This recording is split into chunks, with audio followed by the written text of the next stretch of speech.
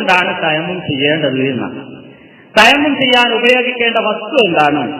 പരിശുദ്ധ ഖുർആൻ പറഞ്ഞത് ഇപ്പൊ തയമ്മമു സഈദൻ തയ്യിബൻ എന്നാണ്. ഖുർആൻ അതിനെപ്പറ്റി അത്രേ പറഞ്ഞിട്ടുള്ളത്.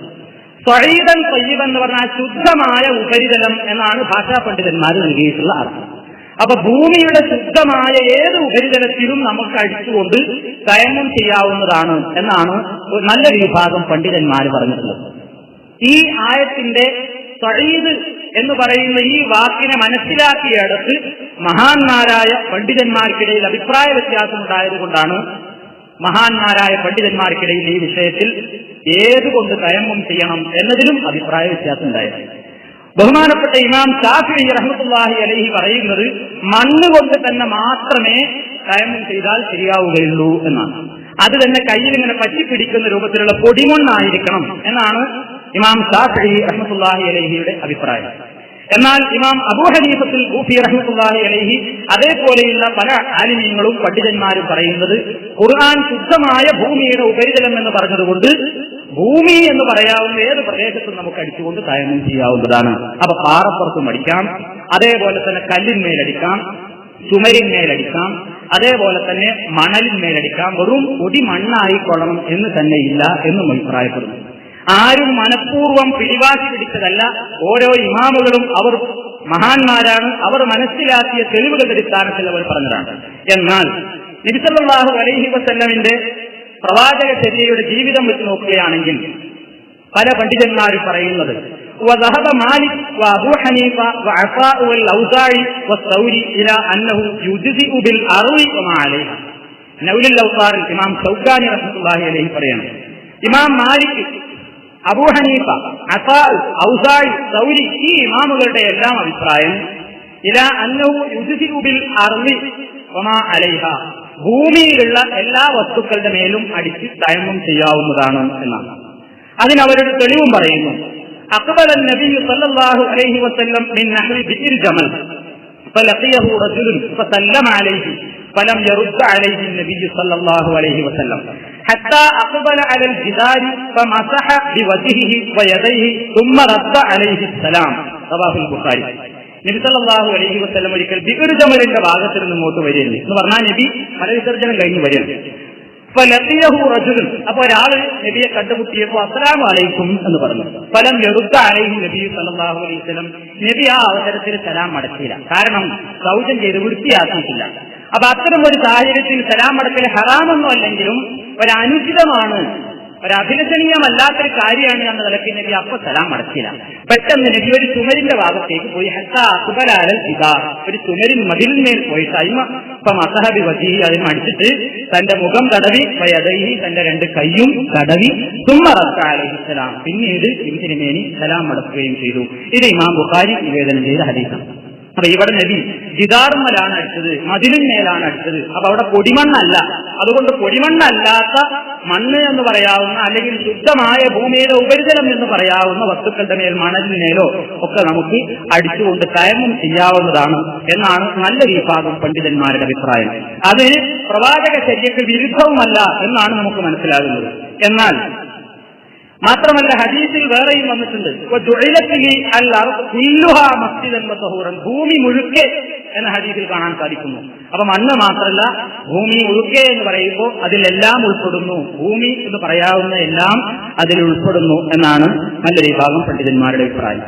ഇമാം ശാഫിഈ റഹ്മത്തുള്ളാഹി അലൈഹി മണ്ണ് മാത്രമേ പറ്റുകയുള്ളൂ എന്ന് പറഞ്ഞതിന് അദ്ദേഹം കൊണ്ടുവരുന്ന തെളിവ് ഭൂമിയിലെ മണ്ണ് നമുക്ക് ശുദ്ധീകരണ വസ്തുവായിട്ട് അനുവദിക്കപ്പെട്ടിരിക്കുന്നു വെള്ളം കിട്ടിയില്ലെങ്കിൽ എന്ന ഹദീസാണ്.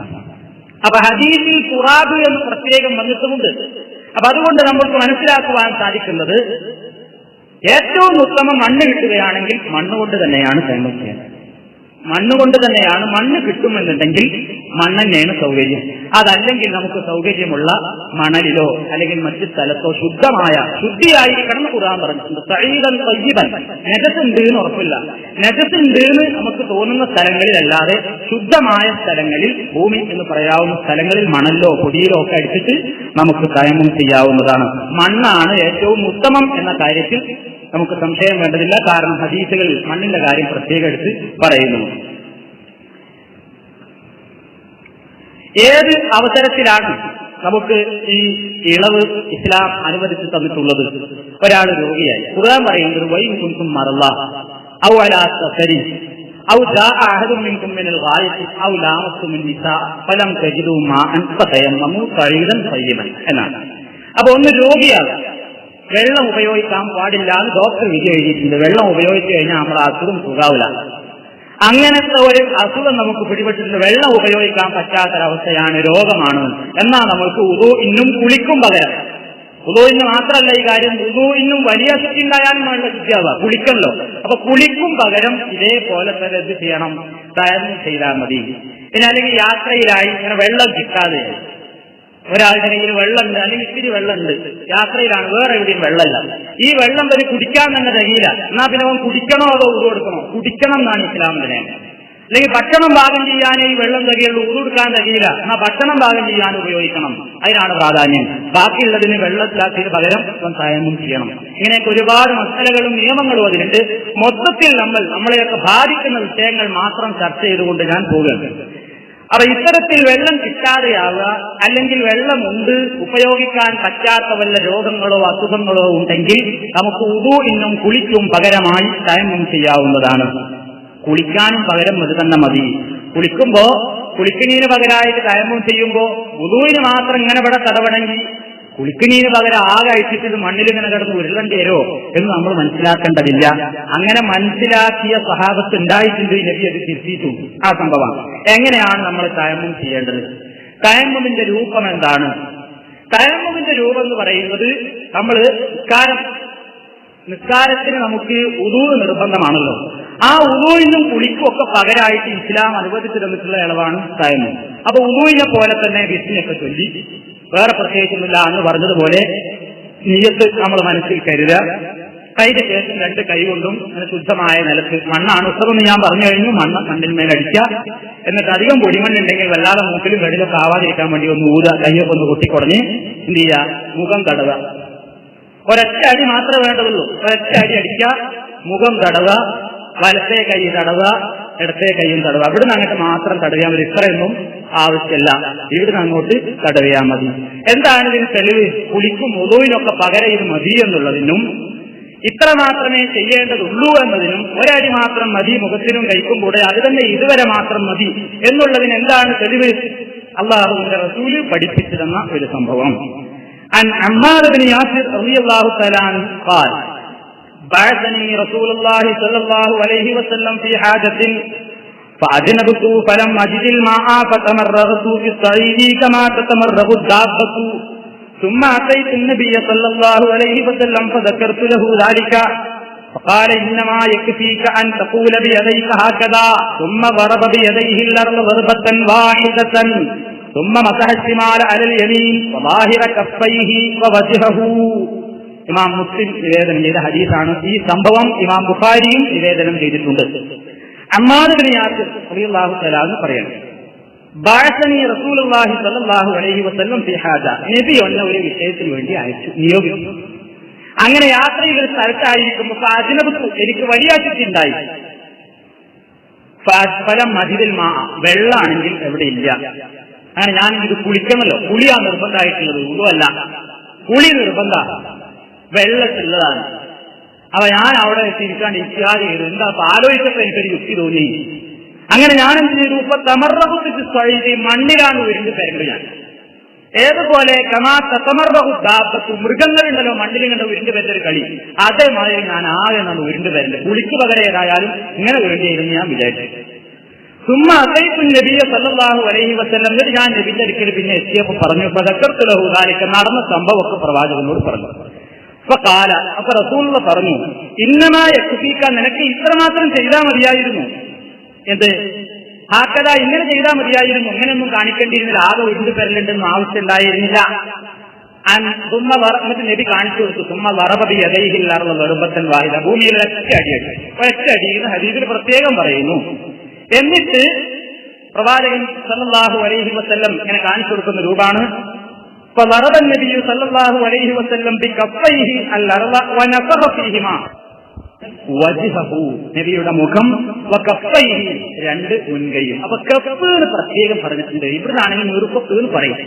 വകഫൈഹി, രണ്ട് മുൻകൈയും തടവി. ഇതാണ് സല്ലല്ലാഹു അലൈഹി വസല്ലം കാണിച്ചു കൊടുത്ത രൂപ. ഇങ്ങനെ ചെയ്താൽ മതിയായിരുന്നില്ല നിനക്ക് അണ്ണാറെ, എന്തിനാണ് മണ്ണിക്കടന്നു വരുന്നതൊക്കെ തരേണ്ടത് എന്ന് പറഞ്ഞ് സല്ലല്ലാഹു അലൈഹി വസല്ലം അദ്ദേഹത്തിന് ഈ മസല തയമ്മും ചെയ്യേണ്ട രൂപം പഠിപ്പിച്ചു കൊടുക്കുകയാണ് ചെയ്തത്. പിന്നെ ഈ വിഷയത്തിൽ അഭിപ്രായ വ്യത്യാസമുള്ളത് ശാഫിഈ മദ്ഹബനുസരിച്ച്, ഇമാം ശാഫിഈ റഹ്മത്തുള്ളാഹിയുടെ മദ്ഹബനുസരിച്ച് മുട്ടുവരെ 2 അടി അടിക്കും വേണം, 1 അടി മുഖത്തിനും 1 അടി അടിച്ചിട്ട് കൈയിന്റെ മുട്ടുവരെ തടവണമെന്നാണ്. എന്നാൽ പ്രവാചക ചര്യയുമായി കൂടുതൽ യോജിക്കുന്നതും നബി സല്ലല്ലാഹു അലൈഹി വസല്ലമിന്റെ ഹദീസുകളിൽ സ്ഥിരപ്പെട്ടു വന്നതും ഞാൻ നേരത്തെ പറഞ്ഞിട്ടുള്ള 1 അടി മാത്രം അടിക്കുകയും അതുകൊണ്ട് തന്നെ മുഖവും 2 മുൻകൈകളും തടവുക എന്നുള്ളതാണ്. മാത്രമല്ല, അങ്ങനെ ഒരു നിയമം പിൽക്കാലത്ത് അമ്മാറിന് റളിയല്ലാഹു തആല അൻഹുവിന് ഇത് പഠിപ്പിച്ചു കൊടുത്തതിന് ശേഷം പിൽക്കാലത്ത് മുട്ടുവരെ തടവണം എന്ന നിയമമുണ്ടായിരുന്നുവെങ്കിൽ അമ്മാർ റളിയല്ലാഹു തആല അൻഹു നബി മരിച്ചതിന് ശേഷം പിന്നെയും ഈ ഫത്വ കൊടുക്കൂല. കാരണം പ്രത്യേകം ഹദീസിൽ വന്നിട്ടുണ്ട്. എന്ത്? ഉമർ ഫാറൂഖ് റളിയല്ലാഹു തആല അൻഹുവിന്റെ കാലത്തും അമ്മാർ റളിയല്ലാഹു തആല അൻഹു ഇതേ കാര്യം തന്നെ ഫത്വ കൊടുത്തു. എങ്ങനെ? ജാഅ റജുലുൻ ഇലാ ഉമർ ഇബ്നുൽ ഖത്താബ് ഖാല ഇന്നി അജ്നബതു ഫലം ഉസിദിൽ മാഅ فقال عمار بن ياسر لعمر بن الخطاب أما تذكر أنا كنا في سفر أنا وأنت فأما أنت فلم تصلي وأما أنا فتمعكت فصليت فذكرت للنبي صلى الله عليه وسلم فقال النبي صلى الله عليه وسلم إنما كان يكفيك هكذا فضرب النبي صلى الله عليه وسلم بكفيه الأرض ونفخ فيهما ثم مسح بهما وجهه وكفيه. റവാഹു ബുഖാരി, ഇമാം ബുഖാരി നിവേദനം ചെയ്ത സഹീഹായ ഹദീസാണ്. ഉമർ ഫാറൂഖിന്റെ അരികിലേക്ക് ഒരാൾ വന്നു ഒരു മസല ചോദിക്കാൻ മതി. എനിക്ക് ജനാബത്തുണ്ടായി, വെള്ളത്ത് കിട്ടിയതില്ല, എന്താ ചെയ്യാ? അപ്പൊ ആ സന്ദർഭത്തിൽ അമ്മാർ റളിയല്ലാഹു തആല അൻഹു അവിടെ സ്ഥലത്തുണ്ട്. അദ്ദേഹം ചോദിച്ചു ഉമർ ഖത്താബിനോട്, നിങ്ങൾ എന്തിനാ വിഷമിക്കുന്നത് മറുപടി പറയാൻ? ഈ ചോദ്യത്തിന് മറുപടി നമ്മൾക്ക് തന്നെ അനുഭവമില്ലേ? ഞാനും നിങ്ങളും കൂടെ ഒരു യാത്രയിലായിരിക്കുമ്പോ ഉമറെ നിനക്ക് ഓർമ്മയില്ലേ? ഞാനും താങ്കളും കൂടെ ഒരു യാത്രയിലായിരിക്കുമ്പോ അമാ തെതുക്കുർ നിങ്ങൾക്ക് ഓർമ്മയില്ലേ? നമ്മളൊരു യാത്രയിലായിരിക്കെ ഇങ്ങനെ ഒരു വിഷമുണ്ടായപ്പോ ഞാനിങ്ങനെ മണ്ണിക്കിടന്ന് ഉരുണ്ടു വിരലുകയും നിസ്കരിക്കുകയും നബിയോട് പോയി വിവരം പറയുകയും ചെയ്തപ്പോ അള്ളാഹുവിന്റെ പ്രവാചകൻ നിനക്ക് ഇങ്ങനെ ചെയ്താൽ മതി എന്ന് പറഞ്ഞ് അദ്ദേഹത്തിന്റെ കൈ വിരക്കടിക്കുകയും അതുകൊണ്ട് മുഖവും 2 കൈപ്പടങ്ങളും തടവി എന്നുള്ള കാര്യം പഠിപ്പിച്ചു തന്നത് നിങ്ങൾക്ക് ഓർമ്മയില്ലേ? പിന്നെന്തിനാ മറുപടി പറയാൻ നിങ്ങൾക്ക് വിഷമെന്താ എന്ന് ഉമർ ഖത്താബ് റളിയല്ലാഹു തആല അൻഹുവിന്റെ കാലത്തും പ്രവാചകന്റെ വഫാത്തിന് ശേഷവും അമ്മാർ റളിയല്ലാഹു തആല അൻഹു എന്ന സ്വഹാബി ഇതേ കാര്യം തന്നെ ജനങ്ങൾക്ക് ഫത്വ കൊടുക്കുകയുണ്ടായി. അപ്പോ നബിന്റെ കാലത്ത് ഇതേ നിയമം തന്നെയാണ് ഉണ്ടായിട്ടുള്ളത് എന്ന് ഈ സ്വഹാബി മനസ്സിലാക്കിയിട്ട്. അപ്പൊ ഇതിന്റെ രൂപം അങ്ങനെയാണ്. തയമ്മുമിന്റെ രൂപം ഇങ്ങനെ, വേറൊന്നും മസലകളൊന്നും വേറെ കൂടുതൽ തികഞ്ഞ് അന്വേഷിക്കേണ്ടതില്ല. മണ്ണ് കിട്ടുമെങ്കിൽ മണ്ണ്, അല്ലെങ്കിൽ ഏതാണ് ശുദ്ധമായ സ്ഥലമെങ്കിൽ. ഇത്തരത്തിലുള്ള ചുമരുകളെ കുറിച്ച് ഏതായാലും അഭിപ്രായത്തിന്റെ ഈ പെയിന്റും കുമ്മായൊക്കെ അടിച്ചിട്ടുള്ള ഭൂമിയുടെ തേക്കാത്ത ചുമരുകൾ ആവാം, അതല്ലെങ്കിൽ മണ്ണ് എന്ന് പറയാവുന്ന സ്ഥലങ്ങളിലൊക്കെ ആവാം. അല്ലാതെ എല്ലാ സ്ഥലത്തും പുല്ലിന്മേലും മദ്ഹബിൽ അങ്ങനെയൊക്കെ അഭിപ്രായമുണ്ട്. പുല്ലിന്മേലടിക്കാം, അതേപോലെ തന്നെ എവിടെയും അടിക്കാം, പൊടിയുള്ള ഏത് സ്ഥലത്തും ആവാം. കുടിഞ്ഞ കല്ലിക്ക് അങ്ങനെയൊക്കെ ആവാമെങ്കിലും ഉത്തമം പൊടിയുള്ള മണ്ണ് തന്നെയാണ്. നമുക്ക് മനസ്സിലാക്കുവാൻ സാധിക്കും. അപ്പൊ ആ നിയ്യത്തോടുകൂടെ ഇസ്മി ചൊല്ലല് സുന്നത്തായതുപോലെ ഇതിലും ചൊല്ല. എന്നിട്ട് പഠിച്ച ഒറ്റ അടി അടിച്ചാൽ മതി. മുഖം തടവുക, കൈയിന്റെ വലത്തേ കൈയിന്റെ പുറങ്ങനെ തടവുക, ഇടത്തേ കൈയിന്റെ പുറങ്ങനെ തടവുക. ഇത്രയുള്ളൂ തയമ്മും. ഇത് ബേജാറായിട്ട് മനുഷ്യന്മാരെന്ത് ചെയ്യും? കിണറിന്റെ ഉള്ളിൽ നിന്ന് മണ്ണ് വരുന്നെടുക്കും. കാരണം നായി ചവിട്ടാത്ത മണ്ണ് വേണം. എന്നിട്ട് ആരോടെങ്കിലും ഇറക്കിച്ച് ഒരാളെ കൂലിക്കേൽപ്പിച്ച് കയറിട്ടിറക്കി കിണറിന്റെ ഉള്ളിൽ അവിടെ ഏതായാലും നായി ചവിട്ടുണ്ടാവില്ല. അതുകൊണ്ട് അവിടെ ഇങ്ങനെ മണ്ണ് ചരിഞ്ഞിട്ട് ഉണങ്ങാൻ വെച്ച് പൊടിയാക്കിയിട്ട് കെട്ടിയിട്ട് ഈ ബുദ്ധിമുട്ടും വിഷമൊക്കെ പാടെ ഓർത്തിട്ട് കാരണം നമുക്കാണ് കളാ കിട്ടാ, ഇതൊന്നും ഇപ്പൊ ആവൂല എന്നും പറഞ്ഞിട്ട് ആൾക്കാർ തന്നെ ഒഴിവാണ്. അപ്പൊ ഈ വക ബുദ്ധിമുട്ടുകളൊന്നും ഇസ്ലാം നടത്തിയിട്ടില്ല. നല്ലതുണ്ടെങ്കിൽ മണ്ണെണ്ണ, ഇല്ലെങ്കിൽ ഇല്ല വിചാരിച്ച് നിസ്കരിക്കാതിരിക്കരുത്. അപ്പൊ ഏതാണ് കിട്ടിയ ശുദ്ധമായ ഭൂമിയിലെങ്കിൽ അവിടെ അടിച്ചിട്ട് തയമ്മും ചെയ്യാൻ നമ്മൾ ശ്രദ്ധിക്കണം എന്നാണ് ഈ വിഷയത്തിൽ നമുക്ക് മനസ്സിലാക്കുവാൻ സാധിക്കുന്നത്. ഇനി തയമ്മും ചെയ്ത് നിസ്കരിച്ച ശേഷം ഒരാൾക്ക് വെള്ളം കിട്ടി, എന്നാ അയാൾ എന്ത് ചെയ്യണം? അപ്പൊ വെള്ളമില്ലാത്തത് കാരണത്താലാണ് ഒരാൾ തയമ്മും ചെയ്തത്, വെള്ളമില്ലായിരുന്നു. പിന്നീട് ഇങ്ങനെ മരുഭൂമിയിൽ നിസ്കാരമൊക്കെ കഴിഞ്ഞിട്ട് നോക്കുമ്പോൾ വെള്ളഷ്ടമായുള്ളൊരു സ്ഥലം കണ്ടു. എന്നാൽ അവിടെ ഇറങ്ങിയിട്ട് വീണ്ടും ഉടുകൊടുത്തിട്ട് ഈ നിസ്കാരം മടക്കണോ മടക്കണ്ടേ? ഇതൊരു സംശയമാണ് മുൻകാലത്ത് തന്നെ ഉണ്ടായിട്ടുണ്ട്. ഇതിന് നബി സല്ലല്ലാഹു അലൈഹി വസല്ലമിന്റെ കാലത്ത് ഒരു സംഭവം അബൂ സഈദ് ഖുദരി റളിയല്ലാഹു തആല അൻഹു പറയാണ്, ഖറജ റജുലാനി ഫീ സഫരിൻ ഫഹദറത്തി സ്വലാ വലൈസ മഅഹുമാ മാഉൻ فتيمما صعيدا طيبا فصليا ثم وجدا الماء في الوقت فأعاد أحدهما الصلاة والوضوء ولم يعد الآخر ثم أتيا رسول الله صلى الله عليه وسلم فذكر ذلك له فقال للذي لم يعد أصبت السنة فأجزأتك صلاتك وقال للآخر لك الأجر مرتين. അബൂ ദാവൂദും നസായിയും നിവേദനം ചെയ്യുന്ന ഹദീസ്. അബൂ സഈദ് അൽ ഖുദരി റളിയല്ലാഹു തആല പറയാം, രണ്ടാളുകൾ ഒരു യാത്രയിൽ പുറപ്പെട്ടു. അങ്ങനെ നിസ്കാരത്തിന്റെ സമയമായി, രണ്ടാളുടെ കൂടെ വെള്ളമില്ല. രണ്ടാളും തയമ്മും ചെയ്ത് നിസ്കരിച്ചു. പിന്നെ നിസ്കാരം കഴിഞ്ഞതിന് ശേഷം വെള്ളം കിട്ടി. വെള്ളം കിട്ടിയപ്പോ ഒരാളെന്ത് ചെയ്തു? ഇപ്പൊ വെള്ളം കിട്ടിയാലോ എന്ന് വിചാരിച്ചിട്ട് ഒരാൾ ഉളുവും മടക്കി അതിന് ശേഷം വേറെ നിസ്കരിച്ചു. വേറെ രണ്ടാമത്തെ ആൾ പറഞ്ഞു, ഞാൻ ഏതായാലും കഴിഞ്ഞു, ഇനി മറക്കണമെന്നില്ല എന്ന് പറഞ്ഞ് മടക്കിയതുമില്ല. രണ്ടാളും റസൂലുള്ളാഹിയുടെ അടുക്കൽ ചെന്നു, നടന്ന വിഷയമൊക്കെ പറഞ്ഞു. അപ്പൊ മടക്കാത്ത ആളോട് നബി പറഞ്ഞു, തയമ്മും കൊണ്ട് തന്നെ മതിയാക്കിയ ആളോട് നബി പറഞ്ഞു, അസബത്ത് സുന്ന, നിങ്ങളാണ് ശരിയായ സ്വീകരിച്ചിട്ടുള്ള വ്യക്തി, അതായത് നിങ്ങൾ ചെയ്തതാണ് സുന്നത്തുമായിട്ട് യോജിക്കുന്നത്. ആദ്യത്തെ സ്വലാത്ത്, നിങ്ങൾ ആദ്യത്തെ നിസ്കാരം തന്നെ നിങ്ങൾക്ക് മടക്കി നിസ്കരിക്കേണ്ടതില്ല. മടക്കി നിസ്കരിച്ച ആളോട് പറഞ്ഞു, ലക്കൽ അജുർ മറത്തേരി, നിങ്ങൾക്ക് 2 നിസ്കാരത്തിന്റെ കൂലിയുണ്ട്. അപ്പൊ എന്താ ഇതിനർത്ഥം? ഇങ്ങനെ ഒരിക്കൽ തയമ്മും ചെയ്ത് നിസ്കരിച്ചു, പിന്നെ വെള്ളം കിട്ടിയെങ്കിൽ മടക്കിക്കോളണമെന്ന് നിർബന്ധമല്ല. ഇനി ഒരാൾ മടക്കി നിസ്കരിച്ചെങ്കിലോ അവനെ കുറ്റപ്പെടുത്താനും പോണ്ട, രണ്ടിനും നബി അംഗീകാരം കൊടുത്തിട്ടുണ്ട് എന്നാണ്. അപ്പൊ നിർബന്ധമായിട്ട് മടക്കിക്കോളണമെന്ന് പറയും വേണ്ട, ഒരിക്കൽ നിസ്കരിച്ചാലും നിസ്കരിക്കേണ്ടതില്ല, ഹറാമാവെന്ന് പറയാനും പോണ്ട. രണ്ടിനും പ്രവാചക ചര്യ ഇങ്ങനെയാണ് പ്രവാചകൻ നൽകിയിട്ടുള്ള ഫത്വ എന്ന് നമുക്ക് മനസ്സിലാക്കാൻ സാധിക്കും. ഇനി വേറൊന്ന് മനസ്സിലാക്കാനുള്ളത്, ഒരാൾ തയമ്മും ചെയ്തു, തയമ്മൊക്കെ ചെയ്ത് നിസ്കരിക്കുന്നതിന്റെ മുമ്പ് തന്നെ വെള്ളം കിട്ടി. വെള്ളം കിട്ടായിട്ട് തയമ്മും ചെയ്തതാണ്, പക്ഷെ നിസ്കരിച്ചിട്ടില്ല. മുമ്പ് നിസ്കരിക്കുന്നതിന്റെ മുമ്പേ വെള്ളം കണ്ടെത്തി. തയമ്മൊക്കെ ചെയ്തിട്ട് ഇങ്ങനെ മുമ്പിലിരിക്കുക. അപ്പൊ അങ്ങനെ കുറെ കഴിയുമ്പോൾ ഇങ്ങനെ ഒരു വെള്ളട്ടാൻ ഇങ്ങനെ വരുന്നുണ്ട്. അപ്പൊ സൗകര്യത്തിന് വെള്ളം വേണോ എന്നൊക്കെയാണ് ചോദിക്കുന്നത്. നിസ്കാരമൊക്കെ തുടങ്ങിയിട്ടില്ല. എന്നാ എന്ത് ചെയ്യണം? എന്നാ പിന്നെ ഈ തയമ്മും പോയി, തയമ്മും ദുർബലപ്പെട്ടു, എന്ത് ചെയ്യണം? ആ വെള്ളം സ്വീകരിച്ചിട്ട് എന്ത് ചെയ്യണം? ഉളു കൊടുക്കണം. കാരണം ഞാൻ നിസ്കരിച്ചിട്ടില്ല. അതേപോലെ തന്നെ നിസ്കരിക്കുന്നതിന്റെ ഇടയിൽ തന്നെയാണ് വെള്ളം അവന് തയ്യാറാകുന്നതെങ്കിൽ അപ്പോഴും ഈ തയമ്മും ദുർബലപ്പെടും. എന്നാൽ നിസ്കാരം കഴിഞ്ഞതിന് ശേഷമാണെങ്കിൽ നേരത്തെ പറഞ്ഞ ഈ മസലയുമാണ് നമ്മൾ മനസ്സിലാക്കിയിരിക്കേണ്ടത്. ഇതൊക്കെയാണ് പ്രവാചക ചര്യയിൽ നിന്നും പണ്ഡിതന്മാര് വിശദമായി പ്രതിപാദിച്ചതിൽ നിന്ന് ആക്കിക്കുറിച്ചെടുത്താൽ നമുക്ക് ഇങ്ങനെയൊക്കെയാണ് മനസ്സിലാകുന്നത്. പിന്നെ വേറൊരു മസലയുള്ളത്, സമയമാകുന്നതിന് മുമ്പ് തയമ്മും ചെയ്യാൻ പാടുണ്ടോ?